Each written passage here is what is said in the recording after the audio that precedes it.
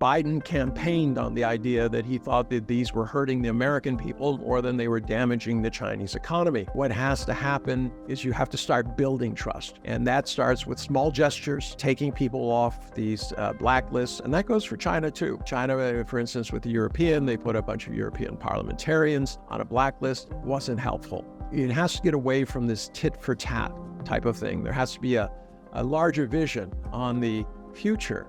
And just, put aside all these little things that people are doing to annoy each other.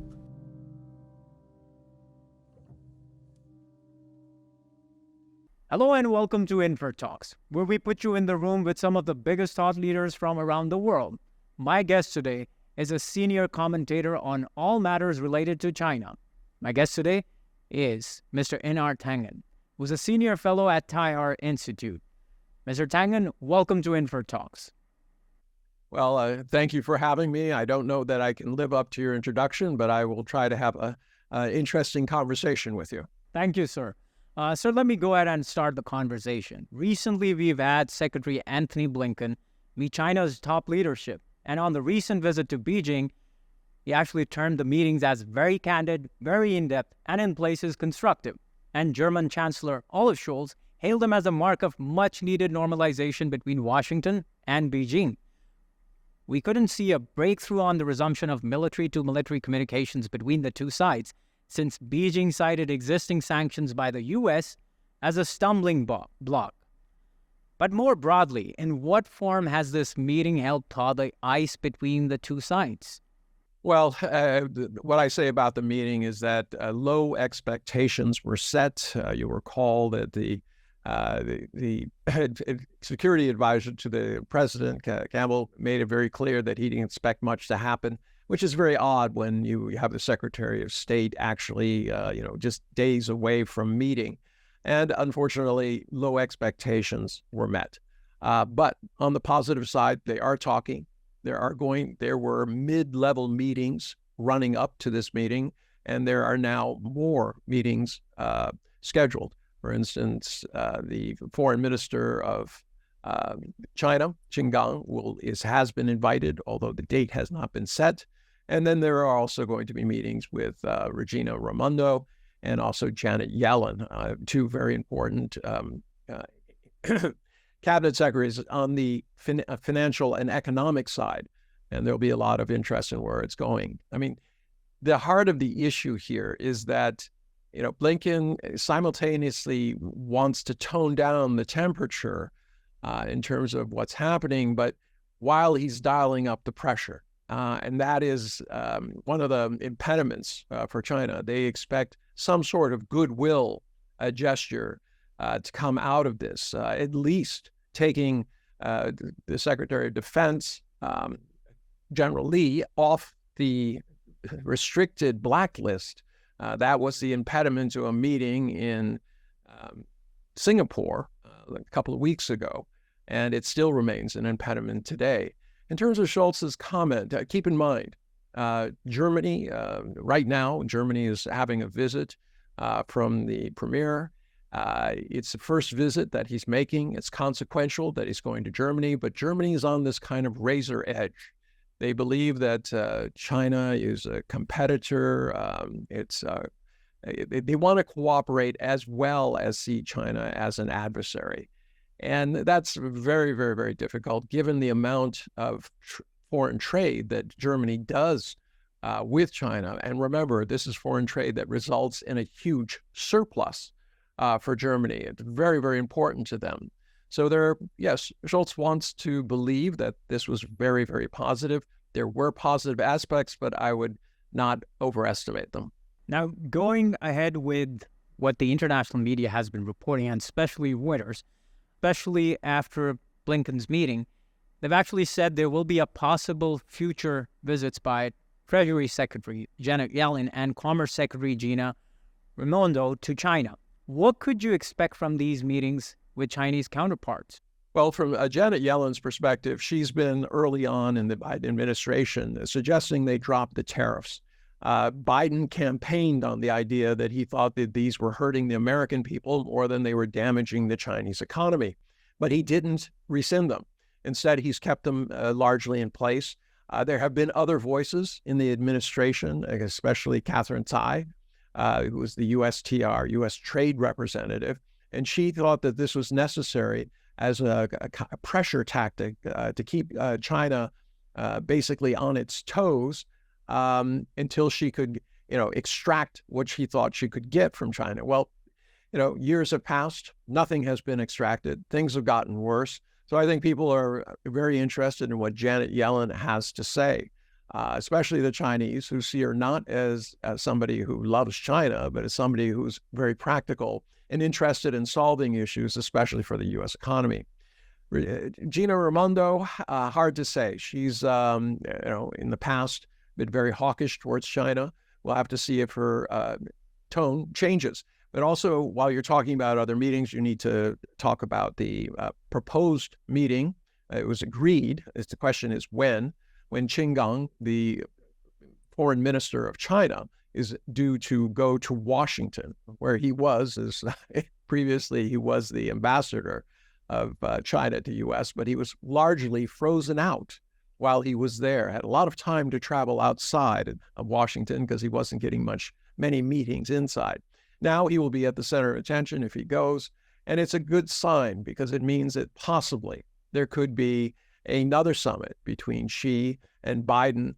Those tend to lower the temperature, although with Biden, it's so hard to tell these days. I mean, he literally undid a lot of the positive stuff that he had accomplished in Beijing. Right. But now looking at this, more from an optimistic side. I do understand the complications that are involved in this, but as an anticipation to a possible meeting taking place between President Biden and President Xi, what kind of headway can we expect out of such a meeting if it is to take place later this year?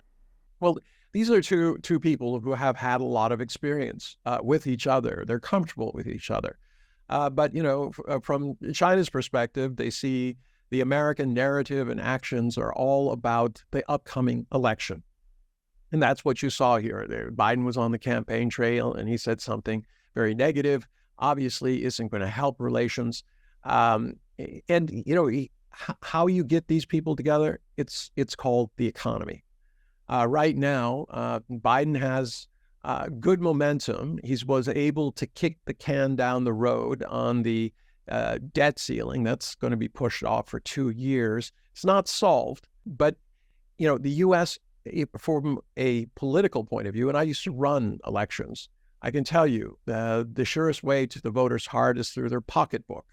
And right now, with inflation running high, real wages actually declining, it's very, very important for the administration to bring down inflation. And one of the low-hanging pieces of fruit out there is, of course, taking off these tariffs. So I think both sides are trying to figure out a way they can, without showing any kind of weakness, get to that point where they reduce the tariffs. Now, from China's perspective, then it's a good sign, all right? And they're willing to, they would be very happy that happens. It hopefully increases a little bit of trade for them, although they already have a substantial trade surplus going with the United States. So, it's slowly. What we have here is a deficit of trust that has kind of spiraled downwards. What has to happen is you have to start building trust. And that starts with small gestures, taking people off these blacklists. And that goes for China, too. China, for instance, with the European, they put a bunch of European parliamentarians on a blacklist. Wasn't helpful. It has to get away from this tit for tat type of thing. There has to be a larger vision on the future. And it's just, put aside all these little things that people are doing to annoy each other. It's not always within the administration, the Biden administration, a deliberate attempt to sabotage things.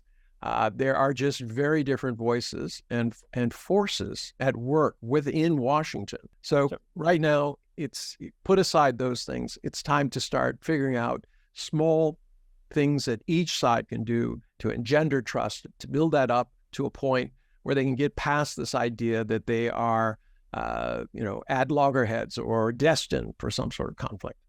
So you do speak of the bigger vision. If I were to ask you, going forward with that vision, what could be 2 to 3 things where you think, although it may be, slightly difficult, but it could be possible in terms of, making that progress by both the U.S. and China? Could you line out those 2 to 3 areas for us? Well, I think the primary area is within the United States. I think the voters themselves are much more concerned with their pocketbooks and the fact that, the homelessness is increasing, poverty is increasing, the middle class is shrinking, the economic disparity is huge, political divides are growing wider. The people want to come together. Americans aren't actually comfortable with all this kind of back and forth, but they've been whipped into a frenzy by this idea that, it's now or never for the U.S., that we have to assert our dominance on the world or we'll end up being communists or something like this. We went through this in the past during the McCarthy era, and we recovered. All right, we were able to regain our sanity, to understand that we had done wrong and to correct it. And we're going through another period of that now in the United States, where the hysteria has gotten them a better of reason.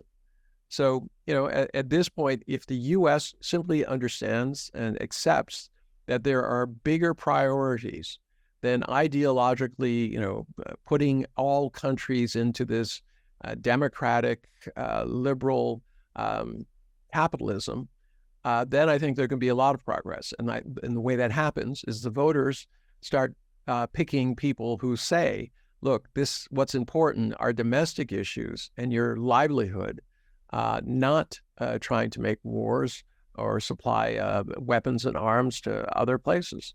It's time to take care of the home front instead of trying to posture on the international one. Mr. Tangen, it's very interesting that you speak of other countries. And so there are definitely multiple countries in and outside the region that have close cooperation with both the Washington as well as Beijing. And they simply do not want to enter the fray or want to join any particular camp, especially when the specter of a crisis or conflict remains high between Beijing and Washington. What could ideally the two sides do to lower the temperature and not place mutual expectations, forcing countries to pick either camp? What would that look like to you? Well, I don't think it's fair to say that it's, China is telling countries to choose.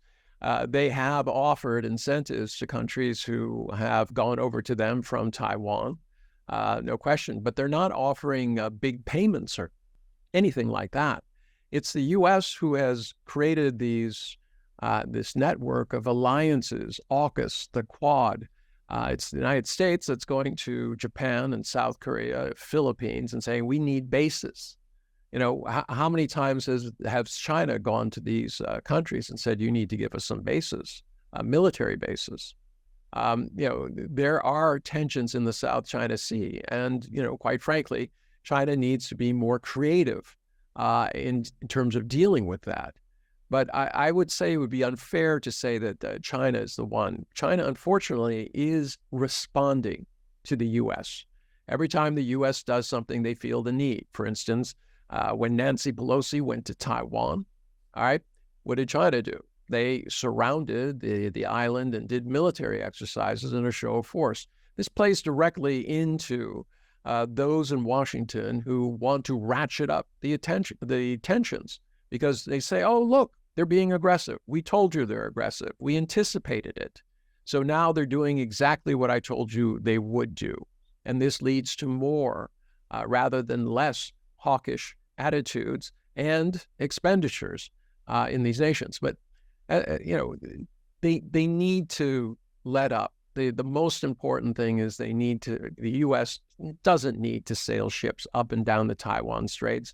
You can say what they want about 50% of the world's trade coming out of there, up and down there. But the fact is, it's China who needs the Taiwan Straits to import resources and also export finished goods. If there was any embargo in that area, all right, China is the one who would suffer the most. So, this idea somehow that China would use its power to cut it, basically to commit suicide is nonsense. At this point, they need to ratchet things down. The U.S. needs to back down and realize that it's not a unipolar world, that it's a multipolar world, and that they are by far the largest component of that. But it's a different response, a different responsibility.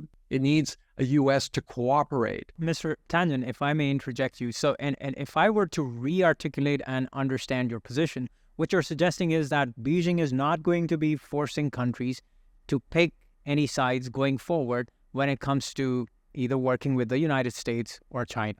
Well, yes, that is correct, because they haven't. Tell me one country that says, oh, China is forcing us to choose. It isn't. And you can't find that anywhere, because that's not what China's trying to do.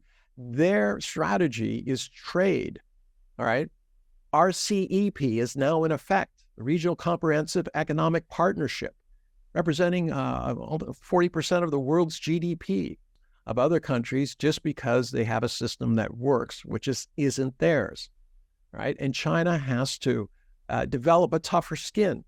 They can't react to every criticism that is made by other nations or individuals. There are always going to be criticisms. China's too big not to be criticized, all right? But the issue at the end of the day is that China has a good story. They can stand up and say what they've done about poverty, about bringing people in the middle class, about bringing their country economically along, technological achievements. They still have a lot to do, all right? No question about it. And they're going to make mistakes, but they're trying to learn from their mistakes. The U.S., unfortunately, we've become unreliable from one administration to the next. What do you have? Trump comes in, undoes whatever Obama did, and then Biden comes in and tries to undo what Trump did. And, people are wondering, who's going to be in the White House? Will it be Trump again and we go round and round? Will it be somebody else? I mean, we just don't know. And this inability to determine where the U.S. is going is difficult. Look at the climate change accords. Under Trump, the U.S. withdrew not only from the JCPOA, the Iran nuclear deal, much to the consternation of all the allies who were involved in negotiating it, but also the Paris Climate Accord. And this is a one-off situation. The U.S. withdrew from Kyoto, all right? The U.S. does not recognize, is not a signatory to UNCLOS, the UN Convention of Laws of the Sea, which it says it has the right to enforce. That's why it's sailing its ships up and down, claiming that there's a right of navigation. The U.S. is better than that. We can actually practice what we preach. And if we did, boy, would we be ahead. We would have a solid middle class. We would be the envy of the world. We would have technological achievements. People would flock to the United States. Instead, we're slowly killing off all the advantages that we had in the past. So, Mr. Tangen, let me bring you back to no-camp politics, something which has been part of Pakistan's own national security policy. And there have been suggestions and ongoing debate that Pakistan can start this discussion of engaging both the U.S. and China to, start from low-hanging fruits such as climate change and poverty alleviation.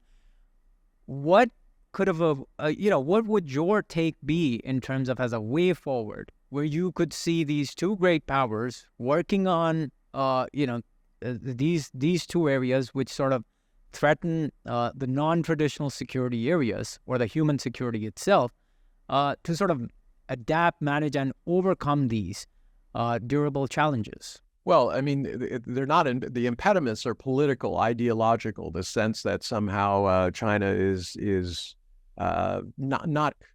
doing something dirty, secret, bad because they're succeeding. If China was not a success story, we would not be having this conversation, right? So, at this juncture, the U.S. just has to accept that each country has its own path, and that is a sovereign issue that is up to the people inside it. They have, every country is a mosaic of cultures, sometimes different languages, laws, political systems, certainly literature, art, all of these things, and what makes them unique. So trying to pigeonhole them all into one system doesn't work. In terms of how countries can work together, just simply accept each other, all right? I mean, what China has proposed is a Westphalian system. The Treaty of Westphalia was between the Catholics and the Protestants because they'd fought 100 years war, basically slaughtering men, women, and children in different villages because of their beliefs.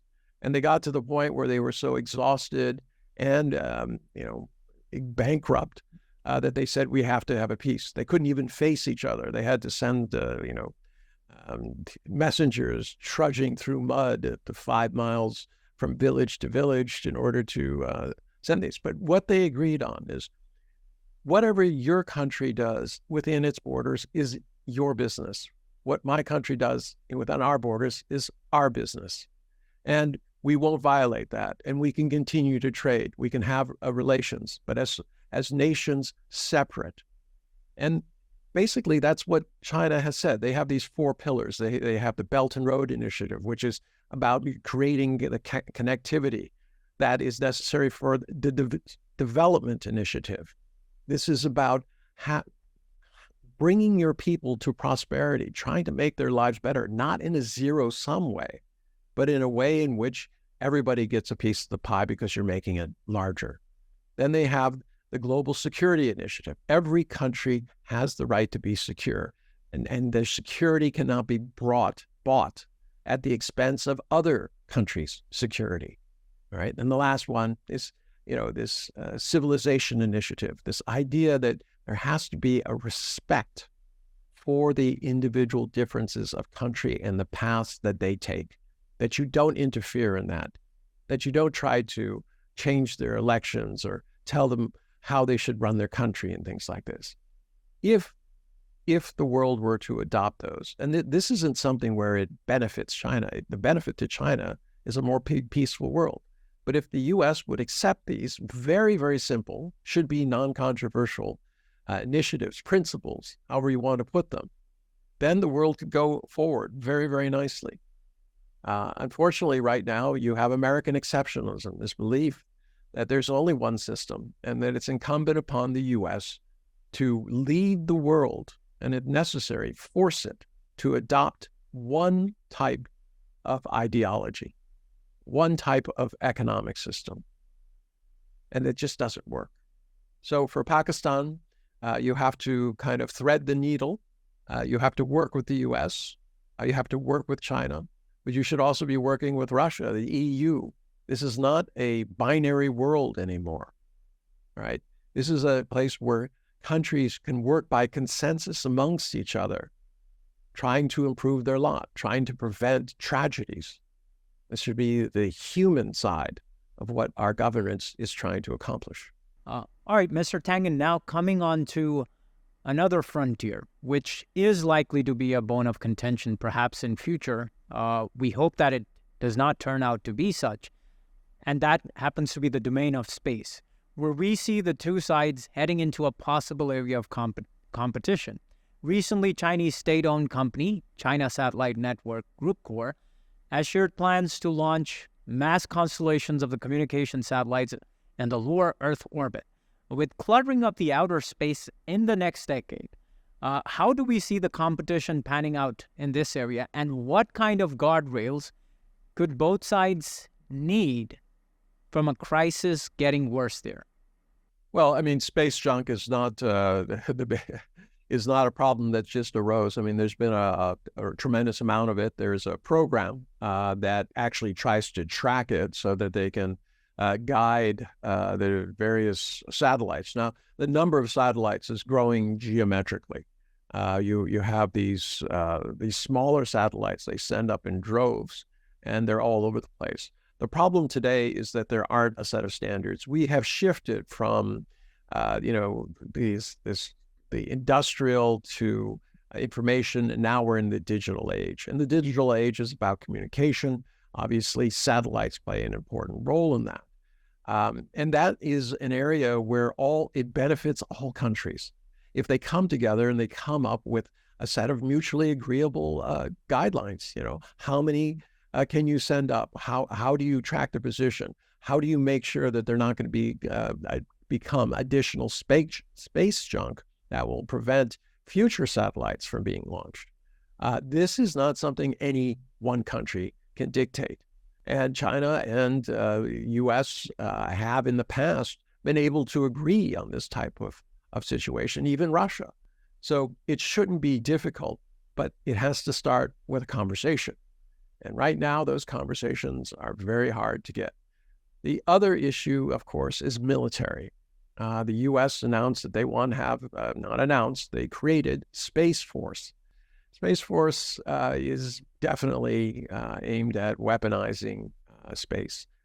This is an area where the countries that have the capabilities of going in space really need to sit down. We already have an arms race on the planet, a nuclear race, and those are eating up precious resources. Instead of going to education, social welfare, infrastructure, people are buying bombs and missiles. Once they're bought, the only thing they're useful for is war. And that is not something that we should be trying to encourage. Preparing for war invariably results in a war itself. So, Mr. Tangen, do you think that this can be a possible area of a discussion between the two sides to make sure that, in the years to come, they don't end up running into a crisis in space itself? Well, I think that there's grounds for it, but the question is trust. If you and I want to have either a personal business or a country-to-country relation, there has to be a measure of trust. I have to believe that you're going to carry out what you're going to do. I mean, it's fairly simple. And right now, there isn't a lot of trust. The U.S. said that when they created Space Force, that they were afraid that the Russians and the Chinese would get there before them. So there's always a reason to say you're going to proactively do something which is going to lead to a problem. Because you say, I'm only doing what they would do if they were in my position. All right, what does that mean? There is no trust. For a side example, Ukraine. There were 2 peace treaties that were negotiated 8 years ago, all right? And what happened? Well, what was it, about 4 months ago, you had Hollande, who was the current head of France, and Merkel, who was the then head of Germany, both said, no, when we signed the Minsk I and Minsk II agreements, we had no intention of carrying through with them. So what does that mean? That means that there is no trust. How are you going to get them? Right now, China is trying to get other nations, other middle powers who do not have a stake in this to basically say, look, we need to collectively come to an agreement, create a sense of trust that goes beyond the combatants, to make it about global peer pressure, because everybody is suffering because of Ukraine. And this goes the exact same way for space. It is time to put aside these rationalizations of why each country should be running to space because they want to get there before the other guys do. There has to be rules, there has to be mechanisms, and it will save money, it will save lives, and quite frankly, it could save the world. Mr. Tangen, now moving on to our next question, and this is about U.S. National Security Advisor Jake Sullivan's statement, where he made a reference to the president of the EU Commission, Ursula von der Leyen, stressing that the U.S. is seeking de-risking, diversifying, and not decoupling from China. And in his speech, he stressed the U.S. does not seek self-reliance, rather its resilience and security in our supply chains. This means that decoupling might not be practical for businesses. What could China expect to negotiate to ensure this does not go to decoupling? Well, okay. First, let's be realistic about what is decoupling and de-risking. Decoupling is basically mutual, right? Both sides say, look, we're not going to work with each other. And a certain amount of that stuff has been going on in terms of information flows. Every country, Europe, China, America, we're all saying, look, Any information generated within our country has to stay in our country. It cannot be processed somewhere else. It can't go somewhere else. You're seeing that in technology. The U.S. has said that they don't want China to have chips, and they don't want them to have chip-making equipment, forcing China to go its own way, right? But this whole idea of trying to decouple, de-risking is simply unilateral decoupling. Because when I say I am going to de-risk, what does that mean? That means that I'm going to change my supply chains. I'm not going to rely on you. Okay. Well, what happens? Well, the other countries say, well, you're not relying on us. We're not going to rely on you. So what happens? You have decoupling. So I don't care about the semantics. I know exactly what Jake Sullivan was pushing. They need China's markets, especially Germany, France, Italy, in order to run their economies. These are export economies. So they were looking for something softer. But when you take a look at what they actually mean, they're not softer. They mean exactly the same thing. And in terms of China, I think it's just a question of access to the markets here. I don't see many companies or countries doing very well if they say they're going to cut themselves off from the Chinese market. And it'll be painful if China is cut off from other markets, but they've anticipated that. Trade for this first half of the year has been going down steadily with the EU and the United States. Guess where it's rising? Central Asia, Russia, ASEAN, and that's what they're counting on. They are looking for countries that are willing to trade with them, that have a trust relationship. ASEAN, RCEP, all right, Belt and Road Initiative. These types of things are growing. And now you're starting to see an enhancement of that with BRICS. There are 19 countries who want to join BRICS. BRICS isn't trying to be a military alliance. It's about trade. But they're also talking about currency, have profound repercussions for the US dollar. But really what they're doing is they're saying we're tired of the existing international order that is now basically defunct because the UN is incapable of creating the kind of change or allowing countries to come to resolution. South America, the global South, the very countries that were mistreated by colonial area powers, now things have changed. They said, no, we don't want to be dictated to. We don't want to be moralized by countries who did immoral acts in the past. All right. We need to find a different kind of consensus. And this is the emerging multilateral world. And that's where the BRICS come in. So, when you start talking about de-risking, decoupling, it's more than that. It really goes to trust levels and where countries are putting their trust. And right now, it's not in the U.S. So if I were to ask some elements for building trust for both sides, what could that look to you like, Mr. Tangen? Well, first off, conversation. All right. There has to be dialogue. And there has to be a throttling back on this idea that I have to impose my ideology on you. China is not trying to impose any ideology. They say, please learn from what we've done, but be aware you cannot copy what we've done because your circumstances are unique to your country. All right. China is not saying that the U.S. needs to adopt, a communist system. All right. Not saying that a 5-year plan is the way to go. It's been very useful for China. It wasn't useful for Russia, though. So, throughout recent history since World War II, what happens when countries interfere in other countries? It doesn't bring peace. It brings more war, radicalization, expenditures of funds for military as opposed to the needs of the people, infrastructure, education, social welfare, jobs developing. Look at Africa, untold riches, and they're stuck in poverty. Where has the U.S. model been?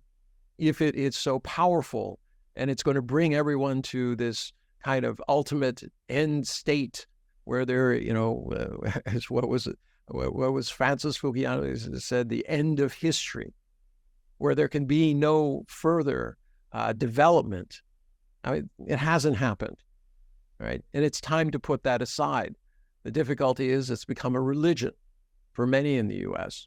So I think it's time they question the religion and start getting more practical. Just say, maybe this is the right thing for the United States, but we don't need to impose it on other countries. Let them figure out their ultimate path through to the future. All right, Mr. Tangen, now moving on to our next question. And this is more on, about the situation that we've seen develop as a consequence in the tech domain itself. The U.S. and Western partners have actually blocked Huawei hardware and their 5G networks because of the fears of, backdoors. And previously, China, too, has actually blocked U.S.-based internet platforms in the country. What would a practical de-risking look like where neither side forces the others to choose their technology over others? Well, okay, they sound similar. First off, China was keeping Amazon and Google out. They did it for what they thought was a good reason, which was they said that these are basically conduits for misinformation that is critical of China at a time when we're trying to build. They didn't trust them. And that goes back to this essence of trust. Very, very the toughest deal of any nation entering the WTO. But in Washington, I was there. We talked about it. They said, look, this is good for China because finally, once they embrace the market, free markets, democracy will follow. And then we won't have to deal with this communism, which is a threat to everything. Well, it didn't work out that way. And now the U.S. has buyer's remorse, and they're saying, oh, gee, why did we do that? China did something wrong. And then that whole attitude that somehow China cheated has been projected onto China's accomplishments. Instead of lauding the fact that, China has come up with 5G after criticizing China for not being creative, not being able to develop anything of themselves, only capable of copying. China comes up with 5G. I mean, it's not only they came up with it, but they worked within the system to set the standards with all of the other nations and companies around the world. This wasn't forced on anybody. They just put the time in to do it. Instead of lauding them, immediately people saw that as a threat. And they said, oh, we're not gonna stand for that. This is cheating. Now, Britain gave Huawei a clean bill of health. This was at their security things. So threats, intimidation. And this is the country, the U.S., who calls China coercive. Now, China had its fears. The U.S. has its fears. Why? Because they don't trust each other. And that's why I'm saying that what we have here is a deficit of trust. And trust is not something that happens in a day. It's something that's built up over time. It can be lost in a day, all right? It can be lost in a second. Betrayal.